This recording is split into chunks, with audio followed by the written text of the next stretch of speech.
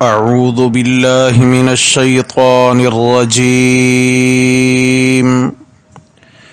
بسم اللہ الرحمن الرحیم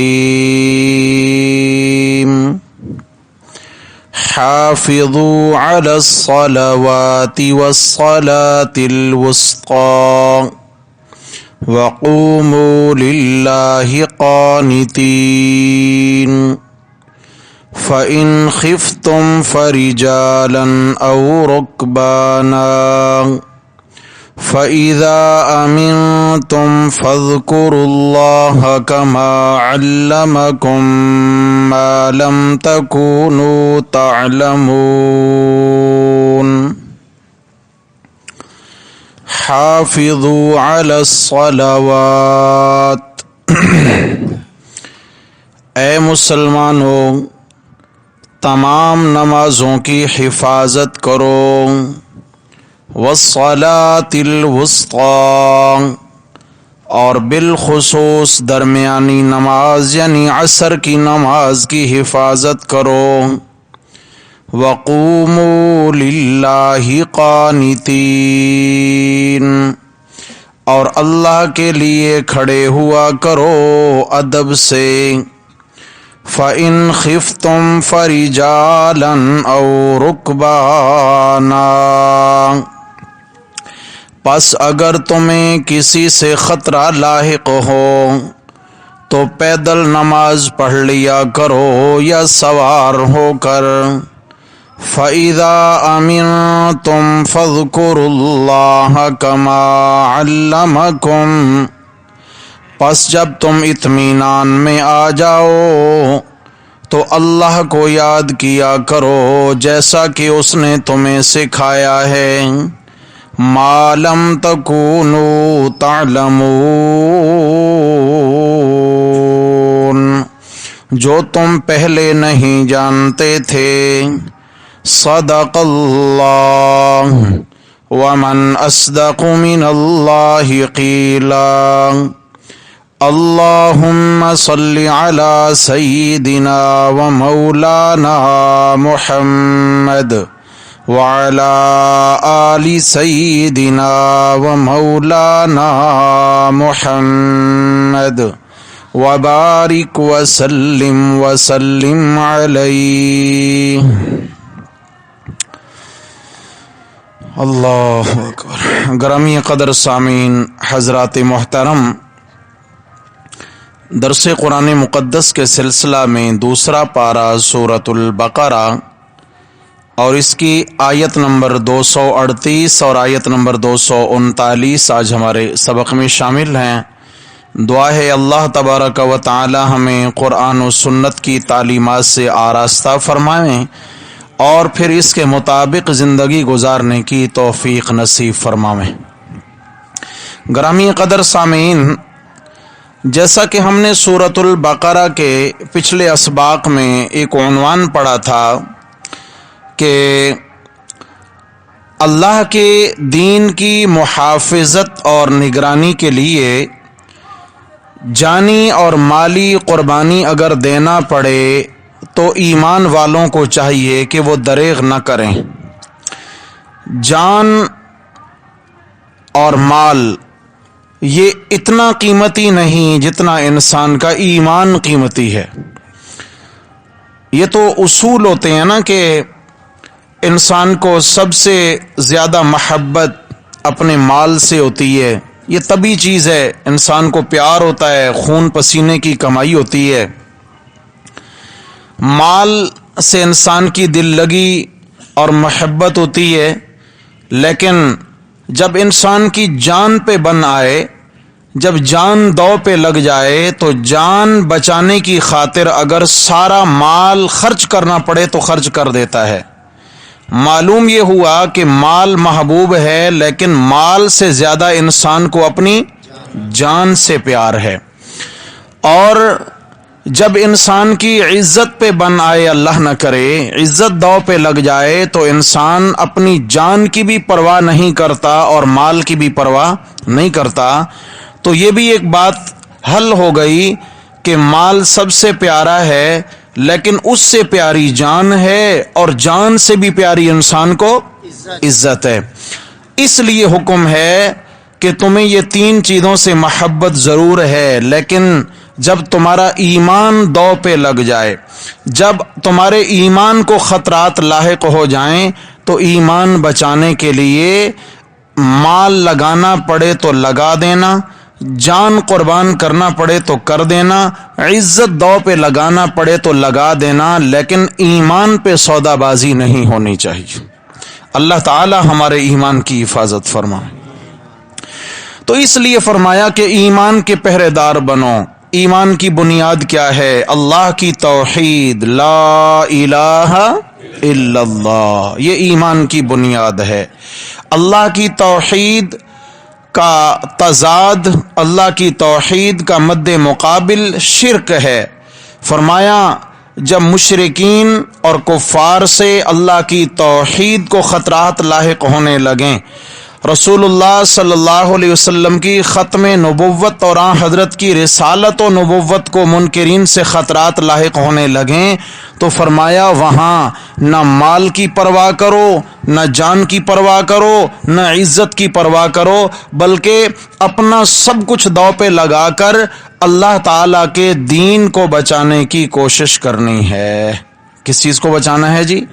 اللہ کا دین کیا ہے؟ بنیاد اللہ کی توحید ہے، اور بنیاد میرے نبی صلی اللہ علیہ وسلم کی رسالت و نبوت اور ختم نبوت ہے۔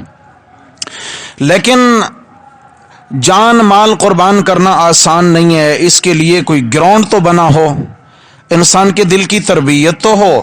تو دل کی تربیت کے لیے امور مصلحہ کا بیان، امور مصلحہ کا معنی وہ کام جن کاموں سے ہمارے دلوں کی اصلاح ہو سکتی ہے۔ کچھ کام ہوتے ہیں جن سے ظاہر کی اصلاح ہوتی ہے، کچھ کام ہوتے ہیں جن سے انسان کے دل کی تربیت ہوتی ہے۔ تو دل کی تربیت کی جائے تاکہ بڑی سے بڑی قربانی دینا پڑے تو انسان وہاں پر پرواہ نہ کرے کہ یہاں میری بڑی قربانی لگ رہی ہے، یہاں بڑا نقصان ہونے لگا ہے دنیا کا۔ اس کے لیے کیا ہے؟ گراؤنڈ بنا ہونا بہت ضروری ہے۔ اور وہ گراؤنڈ کیا ہے جی؟ ہمارے دلوں کی اصلاح ہونی چاہیے۔ کس کی؟ انسان کے 6-7 فٹ کے بدن میں جو بادشاہ ہے ٹکڑا، وہ انسان کا دل ہے۔ جو بادشاہ ہے تمام اعضاء کا، وہ دل ہے۔ آپ علیہ الصلوۃ والسلام نے فرمایا الا وَإِنَّ فِي الْجَسَدِ مُضْغَةً إِن صَلُحَتْ صَلُحَ الْجَسَدُ كُلُّهُ وَإِن فَسَدَتْ فَسَدَ الْجَسَدُ كُلُّهُ۔ فرمایا ہر انسان کے اندر اللہ جل جلالہ نے ایک گوشت کی بوٹی رکھی ہے، ایک ٹکڑا رکھا ہے گوشت کا۔ اگر اس کی اصلاح ہو گئی، سارے بدن کی اصلاح ہو جائے گی۔ اگر اس ٹکڑے میں بگاڑ اور فساد آ گیا تو سارے بدن کے اعضاء میں بگاڑ اور فساد پیدا ہو جائے گا۔ آپ علیہ السلام نے یوں اشارہ فرمایا اپنے سینہ اقدس کی طرف، فرمایا الا وہی القلب، الا وہی القلب، الا وہی القلب، سنو سنو وہ دل ہے، وہ دل ہے، وہ دل ہے۔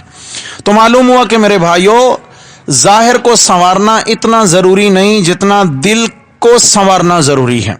تو دل کی اصلاح جن کاموں سے ہوتی ہے، قرآن مجید نے ان کاموں کا نام رکھا ہے امور مصلحہ، اصلاح والے کام۔ کون سے کام؟ امور مصلحہ۔ ان میں سب سے پہلا کام جو بیان کیا گیا وہ روزہ ہے۔ انشاءاللہ موسم آنے لگا ہے دل کی اصلاح کا، کہو انشاءاللہ۔ اللہ تعالی ہمیں نبھانے کی توفیق نصیب فرمائے۔ انشاءاللہ جو کل کا ہمارا درس ہوگا وہ انشاءاللہ استقبال رمضان کے حوالے سے ہوگا۔ کل دن اتوار ہے نا، تو کل انشاءاللہ ظہر کو درس ہوگا۔ اللہ تبارک و تعالی آسانیاں پیدا فرمائیں، اللہ تعالی صحیح معنوں میں اپنی رضا والے اعمال نصیب فرمائیں۔ تو میرے بھائیوں، سب سے پہلا عمل جس کے ذریعے دلوں کی اصلاح ہوتی ہے وہ کون سا عمل ہے میرے پیارے؟ روزہ۔ فرمایا یا ایھا الذین آمنوا کتب علیکم الصیام کما کتب علی الذین من قبلکم لعلکم تتقون۔ فرمایا ایمان والو،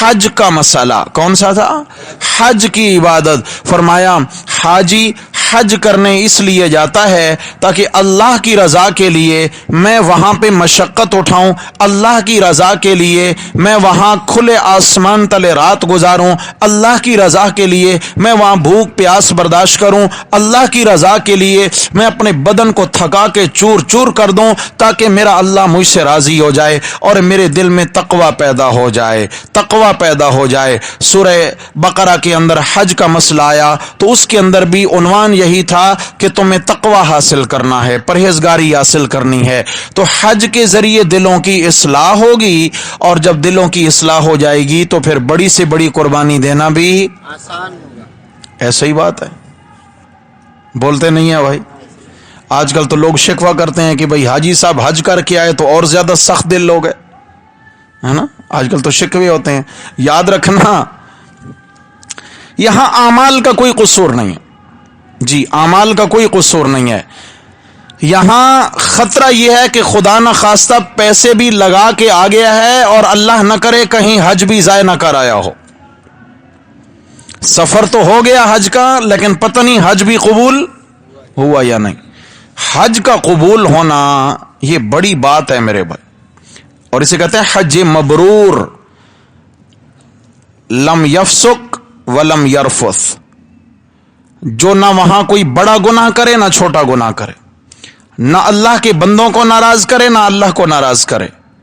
رجع کا یوم ولدتہ امہ من حج فلم یرفث ولم یفسق رجع کا یوم ولدتہ امہ. جس نے حج اس طرح کیا، نہ اللہ کے بندوں کو تکلیف پہنچائی نہ اللہ کو ناراض کیا، یہ اس حال میں لوٹے گا گویا کہ آج اپنی ماں کے پیٹ سے دنیا میں آیا ہے. ایسے گناہوں سے پاکیزہ ہو کر آئے گا. تو اس سے میرے بھائیوں بڑی پابندیاں ہیں حج کی. تیسرا مسئلہ امر مصلح آ گیا. یہ آج کے سبق کے اندر، آج کے بیچ میں امور انتظامیہ بیان ہوتے رہے، اصلاح معاشرہ کے حوالے سے امور انتظامیہ کہ یہ کام کرو، یہ کرو، یہ کرو، یہ امور انتظامیہ تھے، کافی گزرے، آگے اور بھی آئیں گے انشاءاللہ. بقرہ تو مسائل کے انبار والی صورت ہے. اب آ گیا تیسرا مسئلہ امر مصلح کہ وہ کام کرو جس سے دلوں کی تربیت ہو. تیسرا مسئلہ نماز کا مسئلہ ہے. کون سا میرے بھائی؟ تو آج کے سبق میں نمازوں کی حفاظت اور نمازوں پر مداومت کرنا، نمازوں کو اس طریقے سے ادا کرنا جیسا کہ اللہ اور اس کے نبی ہم سے تقاضا کرتے ہیں. اللہ تبارک و تعالی نے فرمایا حافظوا علی الصلوات، اے مسلمانوں تمام نمازوں کی حفاظت کرو. کتنی؟ تمام نمازوں کی حفاظت کرو. سمجھ آ گئی ہے؟ کئی سارے دوست آتے ہیں کہتے ہیں پریشان ہیں، کاروبار کے مسائل ہیں اور گھر میں پریشانیاں ہیں، سکون نہیں ہے، تو کیا کرے؟ تو میں جو پہلی بات گزارش کرتا ہوں میں یہی پوچھتا ہوں بھئی آپ کی نمازوں کی کیا کیفیت ہے؟ نمازوں کی کیا کیفیت ہے؟ تو پھر ہمارے بھائی بتاتے ہیں جی الحمدللہ نمازیں پابندی سے پڑھتے ہیں لیکن 4 پڑھتے ہیں. کتنی بھائی؟ ہاں، 5ویں نماز فجر کی نہیں پڑھتے ہیں، 4 پڑھتے ہیں. تو کیا خیال ہے؟ قرآن مجید نے کہا حافظوا علی الصلوات، 4 نمازوں کی حفاظت کرو؟ نہیں، صلوات تمام نمازوں کی حفاظت کرو. بات اللہ سے تعلق بنے گا جب 5 نمازوں کی بھرپور حفاظت ہوگی، 5 نمازوں کی. اور آگے فرمایا والصلاۃ الوسطی، خاص کر کے درمیان والی نماز کی حفاظت کرو. ادھر چلتے ہیں درمیان والی کیا ہے. فرمایا نمازیں پڑھو نہیں. کہیں پہ قرآن مجید میں الفاظ آتے ہیں اقیم الصلاۃ، نماز قائم رکھو. کیا کرو؟ قائم. کہیں آیا حافظوا علی الصلوات، نمازوں کی حفاظت کرنی ہے. حفاظت کرنی ہے. پڑھنا اور چیز ہے، قائم رکھنا اور چیز ہے. قائم رکھنا اس کے تمام فرائض، واجبات، سنن، مستحبات، آداب کے ساتھ نماز کو ادا کرنا، اس کے صحیح وقت کے اندر، اس کے تمام آداب کو ملحوظ خاطر رکھتے ہوئے، اس کے تمام آداب کا لحاظ رکھتے ہوئے نماز پڑھنا، اس کا نام ہے قیام نماز، نماز کو قائم کیا اب اس نے نماز کو قائم کیا. اور محافظت کیا ہے کہ ذرا سی بھی کوتاہی نہیں ہونی چاہیے، ہر لحاظ سے پہرا دو نماز کا، حفاظت کرو نماز کا، کیا کرو؟ پہرا دو. کوئی خامی واقع نہیں ہونی چاہیے نماز کے اندر. تو میرے بھائیوں، یہاں ہم نے کیا کرنا ہے؟ سب سے پہلے تو ہم نے نماز کے الفاظ اچھے سے سیکھنے ہیں. اب ذرا ہم کبھی انشاءاللہ ایک دوسرے کو بیٹھ کر ہم سنائیں نماز. بھائی سیکھنے میں کوئی حرج نہیں ہے. اگر آج ہم نے سیکھ لیا تو انشاءاللہ تعالی مرنے سے پہلے ہماری ڈائریکشن درست ہو گئی، ہمارا زندگی کا رخ درست ہو گیا. اگر اسی طرح جیسے کیسے ہے اور ایسے ہی پڑھ رہے ہیں، بھائی کسی کو بتایا کہ مجھے تو نماز جنازہ کی دعائیں نہیں آتی ہیں، مجھے تو دعائیں قنوت نہیں آتی ہے، لوگ کیا بولیں گے؟ سفید داڑھی ہو گئی، ابھی تک یہ دعائیں نہیں سیکھی، نماز نہیں سیکھی، تو لوگ کیا کہیں گے؟ میرے بھائیوں، یہی بات سوچتے سوچتے اگر موت آ گئی تو ہم ایمان سے بتائیں اور سوچیں ہمارا کیا حال ہوگا. کیا ہمارا یہ عذر قابل قبول ہوگا اللہ کے ہاں کہ یا اللہ مجھے تو شرم آتی تھی، میں نے اس لیے نماز نہیں سیکھی؟ نہیں میرے بھائی، انشاءاللہ نماز سیکھیں گے. بولیں سیکھیں گے انشاءاللہ. اور اس کے لیے انشاءاللہ تعالی ہم نے یہیں پر نشستیں لگانی ہیں نماز کی انشاءاللہ. سمجھ آ گئی ہے؟ رمضان کا مبارک مہینہ آنے والا ہے، اس بار اس رمضان کو قیمتی بنانا ہے انشاءاللہ. تو چنانچہ پہلے فرمایا حافظوا علی الصلوات، نمازوں کی حفاظت کرو. آپ صلی اللہ علیہ وسلم تشریف فرما تھے، ایک صحابی آئے اور انہوں نے نماز پڑھی، قدر جلدی سے نماز پڑھی. آپ علیہ السلام کو آ کر سلام کیا. آپ صلی اللہ علیہ وسلم نے سلام کا جواب ارشاد فرمایا اور پھر آپ نے فرمایا صلی فإنک لم تصلی، جا نماز پڑھ، تو نے نماز نہیں پڑھی. وہ چلے گئے، جا کر دوبارہ سے نماز پڑھی، پھر آ کے سلام کیا. پھر آپ علیہ السلام نے جواب دیا اور فرمایا صلی فإنک لم تصلی، جا نماز پڑھ، تو نے نماز نہیں پڑھی. تیسری بار پھر آئے تو آپ نے پھر فرمایا جا نماز پڑھ، تو نے نماز نہیں پڑھی. تو وہ رو پڑے، یا رسول اللہ مجھے جیسا طریقہ آتا ہے میں نے پڑھی ہے، آپ ارشاد فرما دیں میں کیسی نماز پڑھوں. تو آپ علیہ السلام نے فرمایا صلو کما رأیتمونی اصلی، ویسی نماز پڑھو جیسا کہ تم مجھے نماز پڑھتے ہوئے دیکھتے ہو. میری نماز کی نقالی کرو، میری نماز کی نقالی کرو. یاد رکھیں میرے بھائیوں، مردوں کا طریقہ نماز کا اور ہے اور لیڈیز کا طریقہ، اس پر میں مستقل ایک درس دے چکا ہوں تقریباً 1.5 گھنٹے کا، جس کے اندر میں نے بہت ساری احادیث کی کتابیں ان میں روایات دکھا کر جو ہے نا یہ مسئلہ بیان ہو چکا ہے. پھر کریں گے انشاءاللہ کہ خواتین کی نماز مردوں سے بالکل جدا ہے، ایک جیسی نماز نہیں ہے. خواتین کی نماز وہ ہے، بلکہ خواتین کا ہر وہ عمل جو شریعت نے کرنے کا حکم دیا، ہر عمل میں شریعت نے خواتین کے پردے کا لحاظ رکھا ہے. اعمال میں بھی کس چیز کا لحاظ ہے؟ پردے کا لحاظ ہے. حج پہ جاتے ہیں، مرد تو انسلی چادریں لپیٹ لیں گے، لیکن خاتون کو انسلا لباس وہاں پہننے کی اجازت نہیں ہے. وہ اپنے گھریلو لباس پہ احرام کی نیت کر لے گی. سمجھ آ گئی ہے؟ اور پردہ ہے، وہاں بھی چہرے کا پردہ ہے. یاد رکھیے گا، بعض لوگ غفلت کا شکار ہو جاتے ہیں، نہیں جی وہاں تو چہرہ کھلا رکھنا ہے، اگر چہرے پہ کپڑا ڈالا تو وہ دم لازم ہو جائے گا. بالکل دم لازم ہوتا ہے، لیکن اس کے لیے اسباب ہیں.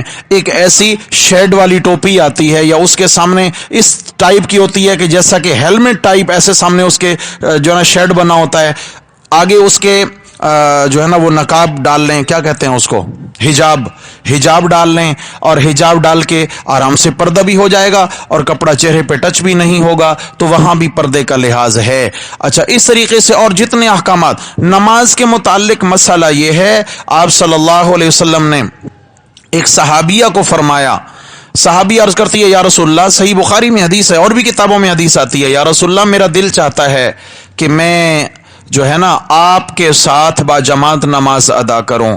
آپ صلی اللہ علیہ وسلم نے فرمایا تیرا اپنے گھر میں نماز پڑھنا میری مسجد میں نماز پڑھنے سے زیادہ ثواب رکھتا ہے. تیرے گھر میں نماز پڑھنا میری مسجد نبوی میں نماز پڑھنے سے زیادہ ثواب رکھتا ہے. اچھا، پھر اس کے بعد اپنے گھر کے آنگن میں نماز پڑھی تو کم ثواب ہے. اگر تم نے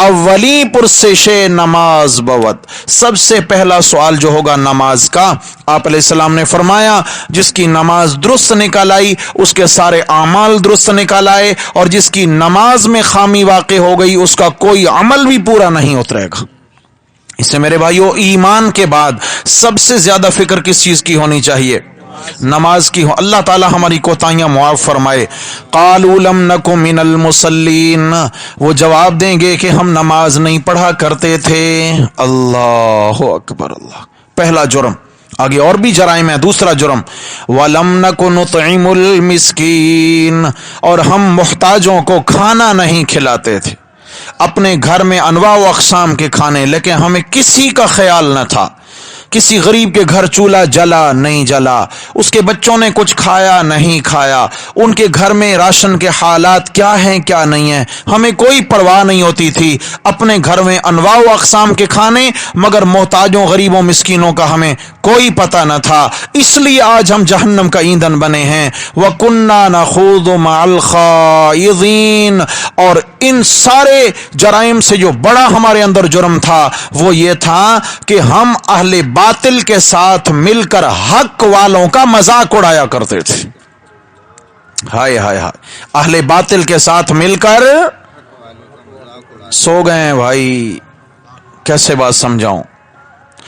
اہل باطل کے ساتھ دوستوں کی مجلس میں بیٹھے مذاق اڑایا، یہ دیکھو جی دین کی بات کرتے ہیں، یہ قرآن کی بات کرتے ہیں، یہ شریعت کی بات کرتے ہیں، یہ نماز کی بات کرتے ہیں، یہ دیکھو جی فلاں فلاں باتیں۔ تو ہم کیا ہے، دین کی اور دین والوں کا مذاق اڑایا کرتے تھے۔ کن کے ساتھ مل کر؟ مال خائضین، اہل باطل کے ساتھ مل کر حق کا مذاق اڑاتے تھے۔ یا کیا ہے، نخوض کا معنی ہوتا ہے انکار کرنا، لازمی بات ہے مذاق اسی چیز کا اڑایا جاتا ہے جس کی دل میں قدر نہیں ہوتی ہے۔ تو جب اسلام و ایمان کی قدر نہ تھی تو ہم مذاق اڑایا کرتے تھے۔ وَكُنَّا نُكَذِّبُ بِيَوْمِ الدِّينِ، اور بس اسی طرح ہم قیامت کے دن کو جھٹلاتے رہے۔ ہم نے قیامت کے لیے کوئی تیاری نہ کی، حَتَّى أَتَانَا الْيَقِينَ، کہ یہاں تک کہ ہمیں موت نے آ دبوچا۔ یقین بمانا موت ہے، موت آ گئی، بس کیا پوچھتے ہو۔ یہ جنت والوں کو جہنم والے بتا رہے ہیں کہ ہمارے جہنم میں جلنے کا یہ سبب ہے۔ تو میرے بھائیو دوستو بزرگو، یہاں اللہ تبارک و تعالی نے کیا ارشاد فرمایا؟ حافظوا علی الصلوات، فرمایا نمازوں کی کیا کرو؟ حفاظت کرو نمازوں کی۔ اللہ اکبر۔ نبی کریم صلی اللہ تعالی علیہ وسلم کے صحابی ہیں حضرت عوف ابن مالک اشجعی رضی اللہ تعالی عنہ۔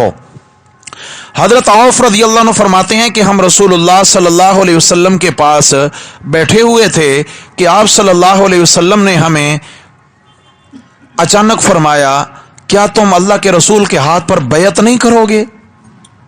ہم چپ رہے کہ کیا فرمانا چاہتے ہیں۔ آپ نے پھر دوسری بار فرمایا، کیا تم اللہ کے رسول کے ہاتھ پر بیعت نہیں کرو گے؟ ہم پھر خاموش رہے۔ تو آپ نے تیسری بار فرمایا، بھائی میں تم سے پوچھ رہا ہوں، کیا تم اللہ کے رسول کے ہاتھ پر بیعت نہیں کرو گے؟ ہم نے کہا یا رسول اللہ کیوں نہیں؟ ہم نے اپنا ہاتھ آگے بڑھایا، اللہ کے رسول نے ہمارے ہاتھ اپنے ہاتھ میں لیے اور ہم نے نبی علیہ السلام کی بیعت کر لی۔ تو آپ صلی اللہ علیہ وسلم سے ہم نے پوچھا، یا رسول اللہ بیعت تو ہو گئی، ہم نے بیعت کی کس چیز پر ہے؟ کوئی بات بھی ہو نا جس پر ہم نے بیعت کی ہو۔ تو آپ صلی اللہ علیہ وسلم نے فرمایا کہ تم نے اس بات پر میری بیعت کی ہے کہ تم ہمیشہ صرف اللہ کی عبادت کیا کرو گے۔ کس کی؟ نہیں، صرف اللہ کی۔ کس کی؟ اللہ کا حق تم کسی کو نہیں دو گے، اللہ ہی کی عبادت کیا کرو گے۔ نمبر 2، اللہ کے ساتھ کسی کو شریک نہیں ٹھہراؤ گے۔ اللہ کے ساتھ کسی کو شریک، ہاں جی، یا اللہ مدد کے ساتھ دائیں بائیں چکر نہیں چلے گا بھائی، سمجھ آ گئی ہے؟ صرف اور صرف یا اللہ مدد، اللہ تبارک و تعالی کے ساتھ کسی کو شریک نہیں ٹھہراؤ گے۔ اور اس کے بعد آپ علیہ السلام نے فرمایا، تم نے اس لیے میری بیعت کی ہے، میں نے اس لیے تم سے بیعت لی ہے کہ تم ہمیشہ نمازوں کی پابندی کیا کرو گے۔ کیا کرو گے بھائی؟ معلوم ہوتا ہے کہ نماز کی پابندی پر بھی بیعت ہونا لازم ہے۔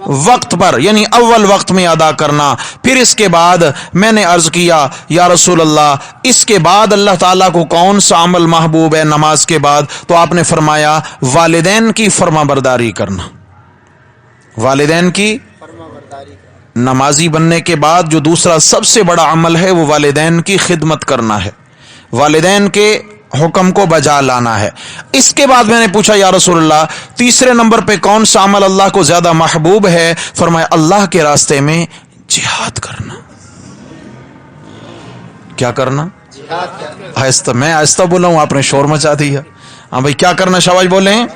اللہ کے راستے میں جہاد کس چیز کا نام ہے؟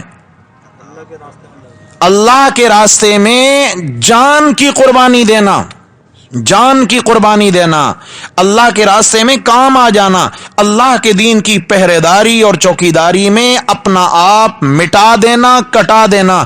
جب یہ عارضی زندگی دیں گے تو میرا رب وہ زندگی دے گا جس کا ہم تصور نہیں کر سکتے۔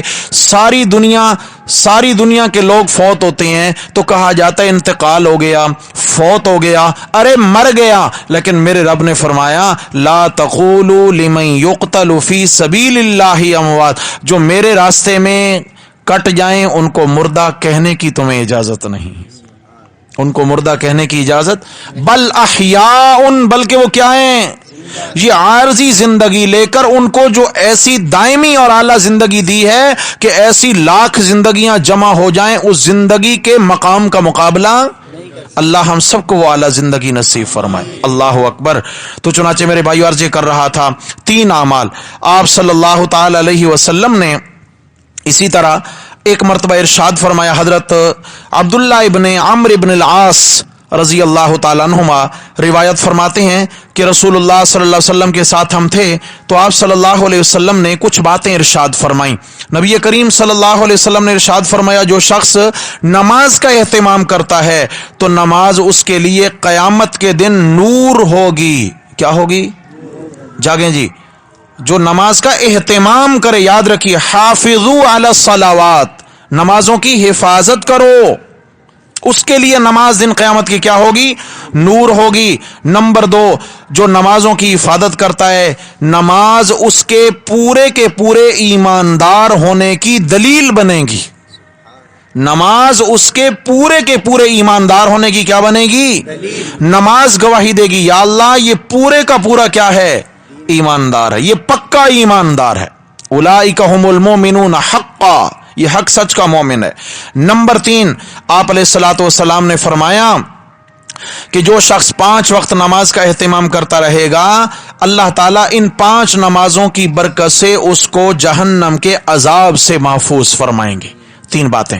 پھر آپ نے فرمایا جو نمازوں کا اہتمام نہ کرے دن قیامت کے اندھیروں میں ہوگا، اس کے لیے کوئی نور نہیں ہوگا۔ 5 نمازیں، بھائی 4 کی بات نہیں ہے، 5 نمازوں کا اہتمام فرمایا جو 5 نمازوں کا اہتمام نہ کرے دن قیامت کے اس کے لیے کوئی نور نہیں ہوگا، وہ اندھیروں میں بھٹک رہا ہوگا۔ نمبر 2، اس کے ایمان کی اس کے پاس کوئی دلیل نہیں ہوگی۔ معلوم ہوا کہ نماز ہی ہے جو مومن کو مومن ثابت کرتی ہے۔ محض زبانی کلامی جمع خرچ یہ تو بہت آسان ہے نا کر لینا، لیکن بنیاد کیا ہے مومن کی میرے بھائی بولو؟ نماز۔ کیا؟ نماز۔ نمبر 3 فرمایا کہ جو نماز کا اہتمام نہ کرے دن قیامت کے جہنم کے عذاب سے بچنے کا اس کا کوئی ذریعہ نہیں ہوگا، جہنم کے عذاب سے بچنے کا۔ 4تھی بات بڑی خطرناک ارشاد فرمائی آپ علیہ السلام نے فرمایا قیامت کے دن اس بندے کا حشر، مرد ہے یا عورت ہے، اگر نمازوں کا اہتمام نہیں ہے تو فرمایا فرعون، حامان، قارون، ابی بن خلف کے ساتھ ان کا حشر ہوگا۔ نامی گرامی کفار ہیں، نامی گرامی وقت کے نبیوں کے دشمن ہیں، اور بے نمازی کا حشر ان کے ساتھ ہوگا۔ اللہ یعوذ باللہ، اللہ یعوذ باللہ، اللہ حفاظت فرمائے۔ محدثین کرام نے بڑی عجیب بات لکھی ہے کہ یہ جو ان 3-4 کفار کا ذکر آیا ہے، اصل میں معاملہ یہ ہے کہ جو ان کے پیشے تھے عموماً بندہ نماز میں غفلت انہی پیشوں کی وجہ سے کرتا ہے۔ سمجھ آ گئی ہے؟ ابی بن خلف کیا ہے؟ تاجر ہے، تو آج نماز میں غفلت کس وجہ سے؟ دکان کی وجہ سے ہوتی ہے نہیں ہوتی ہے بھائی؟ سمجھ آ گئی ہے؟ تو یہ تجارت